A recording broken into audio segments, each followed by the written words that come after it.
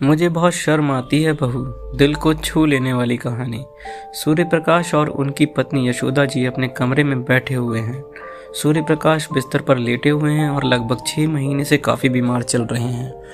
यशोदा जी को पार्किंसन की बीमारी हो गई है, जिसकी वजह से उनके दोनों हाथ कांपते रहते हैं।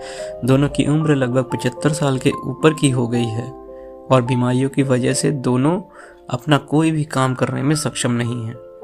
छोटे छोटे कामों के लिए भी बहू और बेटे को आवाज़ लगानी पड़ती है। यशोदा जी बोली, बताऊं आरव के बाबा, अब तो जिंदगी नरक सी हो गई है। इससे तो अच्छा भगवान छुटकारा देंगे। ना अपना कोई काम कर पाती हूँ, ना आपका कोई काम कर पाती हूँ। हम दोनों तो बस खाने के बासन भर रह गए हैं। क्या फ़ायदा ऐसी ज़िंदगी से। सूर्य प्रकाश जी बोले, ठीक क्यों होती हो यशोदा, यह ज़िंदगी अपने हाथ में तो नहीं है। जितनी सांसें हैं उतनी भोग करके ही तो जाना पड़ेगा। और फिर हो सकता है हमने कुछ ऐसे कर्म किए हों जिनकी सज़ा हमें ऊपर वाला दे रहा हो। बहू रीमा चाय नाश्ता लेकर आ गई और बोली, पापा जी, जब से मैं आई हूँ मैंने तो ऐसा कुछ भी नहीं देखा आपने या मम्मी जी ने किसी का कुछ अहित किया हो। और दादी जी भी यही कहती थी कि मेरा सूर्या पैसे से ज़रूर कमज़ोर रहा, लेकिन कभी भी नीयत खराब नहीं की। हर रिश्तेदार नातेदार के लिए हमेशा तैयार रहा। आप दोनों अपना मन क्यों खराब करते हैं। चलिए उठिए। और रीमा ने सहारा देकर ससुर जी को उठाया और पहले चाय पिला दी। यशोदा जी बोली, ला बेटा, मेरा चाय का गिलास दे दो, मैं पी लूँगी। रीमा ने कहा, मम्मी जी मैं अभी दे रही हूँ, आपके हाथों से फैल जाएगी। और उसने दोनों को चाय पिलाई, फिर वहीं पर बैठ गई। सूर्य प्रकाश जी कुछ अनमने से लग रहे थे। रीमा ने पूछा, पापा जी क्या बात है। वह बोले, बेटा टॉयलेट जाना है, अरविंद है क्या। रीमा बोली, नहीं पापा जी, वह तो आज दोपहर का खाना खाने भी नहीं आए हैं। कह रहे थे आज फैक्ट्री में कुछ बाहर से लोग आए हुए हैं, इसलिए नहीं आ पाऊंगा। मैं आपको ले चलती हूँ, सीट पर बैठा दूंगी।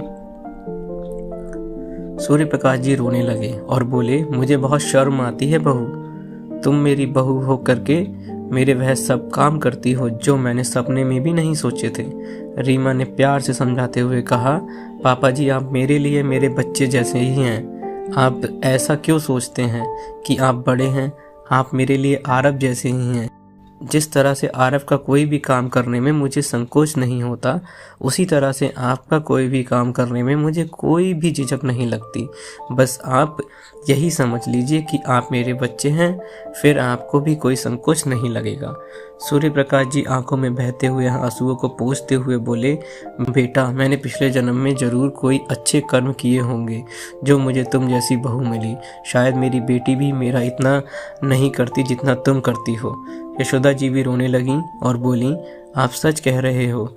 हम दोनों ने गंगा में सोने के बीज बोए होंगे जो ऐसे बहू और बेटा मिले हैं। बेटा तो चलो अपना खून था, लेकिन इस पराई जाई ने वह किया है जो अपनी कोख से जाय भी ना कर पाते। रीमा ने कहा, यहाँ पर मैं आप लोगों की बातों से सहमत नहीं हूँ। आप हमारे साथ रहते हैं तो हमारी जिम्मेदारी है, बेटियों की नहीं।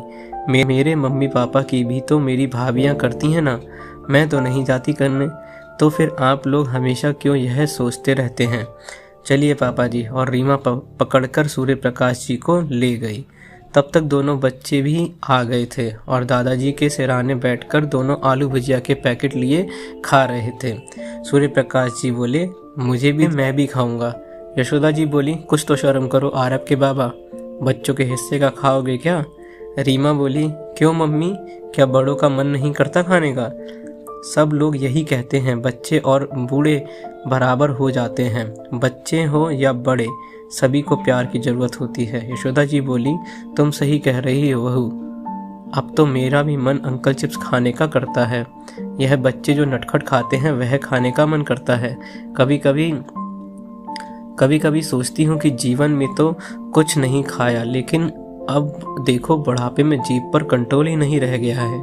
मैं तुम्हारे ससुर जी को तो कहती हूँ, लेकिन मेरा भी मन अब मेरे बस में नहीं है। खूब चाट पकौड़ी खाने का मन करता है, यह जानते हुए कि यह सब चीज़ें नुकसान करेंगी। क्या करूँ, मन मानता ही नहीं है। सूर्य प्रकाश जी हंसने लगे। देखो, मुझे तो बातें सुना रही थी और अब अपनी देखो, मुझसे भी ज़्यादा तो तुम्हारे खाने का मन करता है। रीमा ने कहा, क्या हुआ अगर आप लोगों को खाने का मन करता है? मन ही तो है, क्या हुआ? रीमा ने कहा, पापा जी, बच्चे और बूढ़े एक बराबर हैं, दोनों को प्यार चाहिए। पीहू अपने पैकेट में से दादाजी को आलू की भुजिया दे दो। लो दादाजी थैली, अपनी तोतली आवाज में बोली। सूर्य प्रकाश जी आलू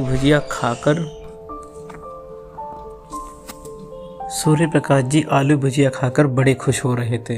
यशोदा जी से बोले, लो तुम भी खा लो थोड़ी सी। यशोदा जी बोली, मैं नहीं खाती, इसमें प्याज है।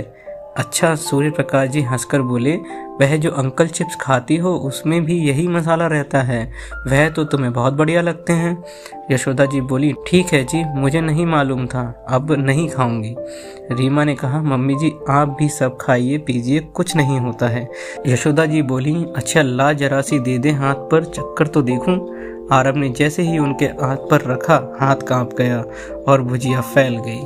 अब तो सब लोग हंसने लगे। सूर्य प्रकाश जी बोले, रहने दो, तुम्हारे भाग्य में नहीं है तभी तो फैल गई, तुम तो अपनी दाल मोट खा लेना। पीहू बोली, दादी मुझसे ले लो, यह लो, और उसने हाथ में लेकर अपनी दादी के मुंह में रख दिया।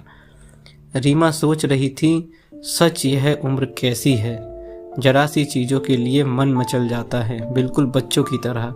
जैसे बच्चे एक चम्मच के लिए लड़ाई कर लेते हैं, वैसे ही यह लोग हैं, जरा सी देर में खुश, जरा सी देर में दुखी।